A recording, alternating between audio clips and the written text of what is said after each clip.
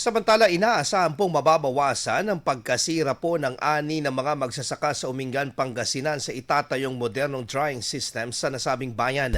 Ito ay kasunod ng isinagang groundbreaking ceremony para sa konstruksyon ng drying system 1 shed sa Barangay Aloo noong Pebrero 27 ng kasalukuyang taon.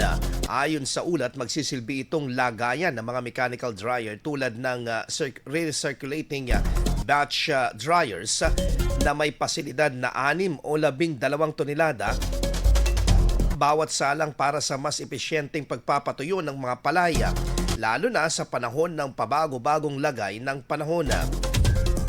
Bahagi ang proyekto ng Rice Competitiveness Enhancement Fund Mechanization component na ipinatutupad sa ilalim ng Philippine Center for Post-Harvest Development and Mechanization ng Department of Agriculture.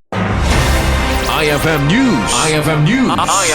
IFM News.